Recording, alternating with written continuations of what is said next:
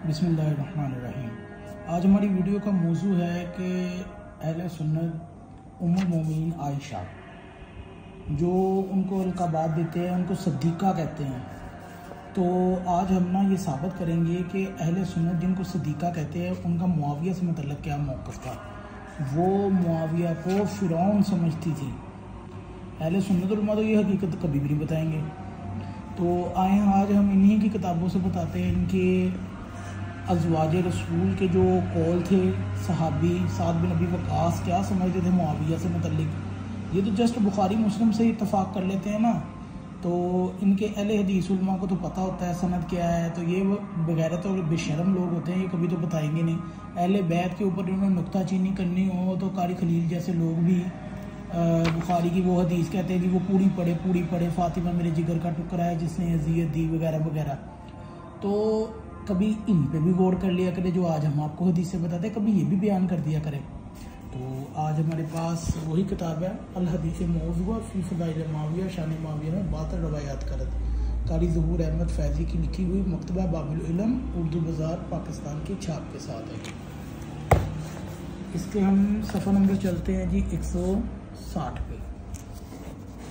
इसके अंदर क्या है जी, यहाँ से मैं इसलिए पढ़ने लगा हूँ कि इससे पिछली वीडियो में जो कंजुल उलमा नासरी है ना, अशरफ आसफ जलाली, उसने अपने उस्ताद जोरकानी का हवाला दिया था कि जी वो उसने फरमाया कि मैं इल्म का शहर हूँ, अली उसका दरवाज़ा है और मुआविया उस दरवाजे की कुंडी है। तो वो एक झूठी और बेसनद हदीस थी। इसी बहाने से अशरफ आसफ जलाली जैसे नासरी को भी जवाब हो जाएगा जो सुलह हसन को बना के बहुत पेश करते हैं। तो हम यहाँ से पढ़ते हैं जी, सफ़र नंबर 160 से है। उम्र बिन अल-हकम अवाना से रवायत है कि साद बिन अबी वक़ास मुआविया के पास गए तो उन्होंने अमीरुल मोमिनीन के अल्फाज से सलाम न किया, यानी कि मुआविया को अमीरुल मोमिनीन न कहा। मुआविया ने इसकी वजह पूछी तो उन्होंने फरमाया हम मोमिन हैं और हमने आपको अपना अमीर नहीं बनाया। फिर साद बिन अबी वक़ास ने फरमाया तुम इस हाल में बहुत खुश हो और अल्लाह की कसम मैं अगर इस मकाम पर होता जहाँ अब तुम हो, मुझे इसमें खुशी ना होती कि मैं इसमें ज़रा बराबर भी खून बहाकर ये मकाम हासिल करता। सीरम अलामुन नबला जिल्द नंबर 1 सफ़ा नंबर 122।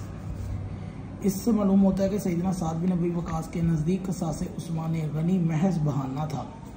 असल मकसद रसूल मुमलिकत और दुनिया तलबी थी।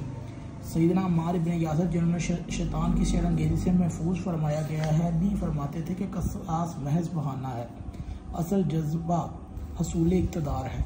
खुद अमीर शाम को भी इस हकीकत का इतराफ़ था। चुनांचे इमाम फसवी सनद के साथ बयान करते हैं कि सईद बिन सवेद ने बयान किया कि मुआविया ने हमें कूफा से बाहर नुखैला के मकाम पर नमाज जुमा पढ़ाई। फरमाया यानी कि खुतबा दिया, मैंने तुम्हारे साथ इसलिए जंग नहीं की कि तुम रोज़े रखो, ना इसलिए कि नमाज पढ़ो, हज करो और ना ही इसलिए कि ज़ुकात अदा करो। मैं जानता हूँ कि तुम सब कुछ करते हो, लेकिन मैंने तो फ़कत इसलिए तुम्हारे साथ जंग की कि तुम पर हुकूमत करूँ। तो अल्लाह ताला ने मुझे ये अता कर दी, हालांकि तुम नापसंद करते हो।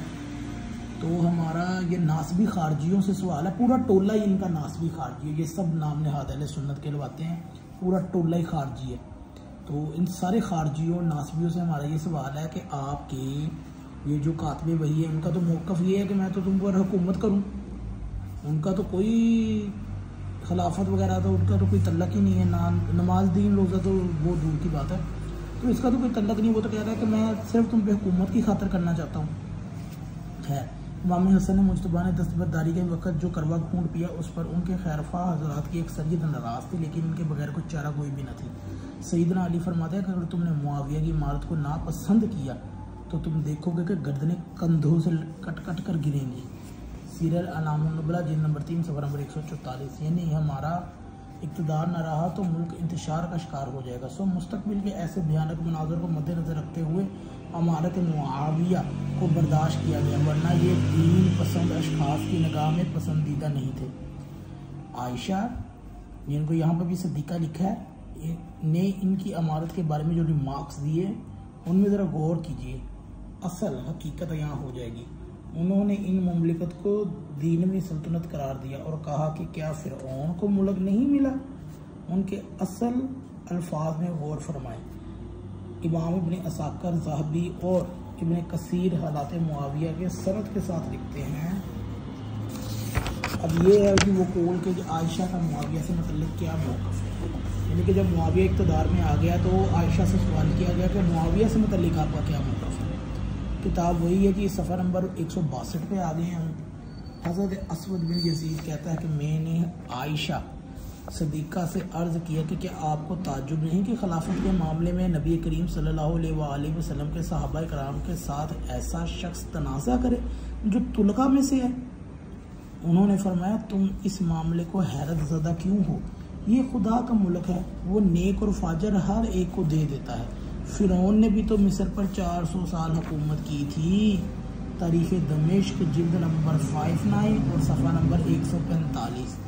मुख्तसर तारीख़ दमिश्क जिल्द नंबर 25 सफ़ा नंबर 4-2। सीरल अलामुल नुबला जिल्द नंबर 3 सफ़ा नंबर 1-4-3 और अल बिदाया वन निहाया कि जिल्द नंबर 11 में सफ़ा नंबर 4-3-0 और जिल्द नंबर 8 के सफ़ा नंबर 190 पर अल दुर्र मंसूर की जिल्द नंबर 13 पर और सफ़ा नंबर 215 और 216 पर सूरह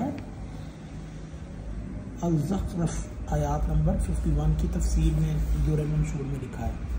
तो ये थी हमारी आज की वीडियो। क्या कोई अहले सुन्नत का बंदा बताएगा कि आयशा ने मुआविया से मतलब जो मौक़िफ़ दिया है क्या वो उस पर यकीन करते हैं? लियास कादरी और ये अशरफ आसिफ जलाली और दीगर अहले हदीस नासबी टोला जो बड़ा तफसीर दुर्र मंसूर और उसके ये हवाले देते हैं अल बिदाया वन निहाया के, तो किसी खारजी नासबी में हिम्मत है तो आए सामने और बताए, इसका जवाब दे कि आयशा का मुआविया से मतलब क्या मौक़िफ़ था।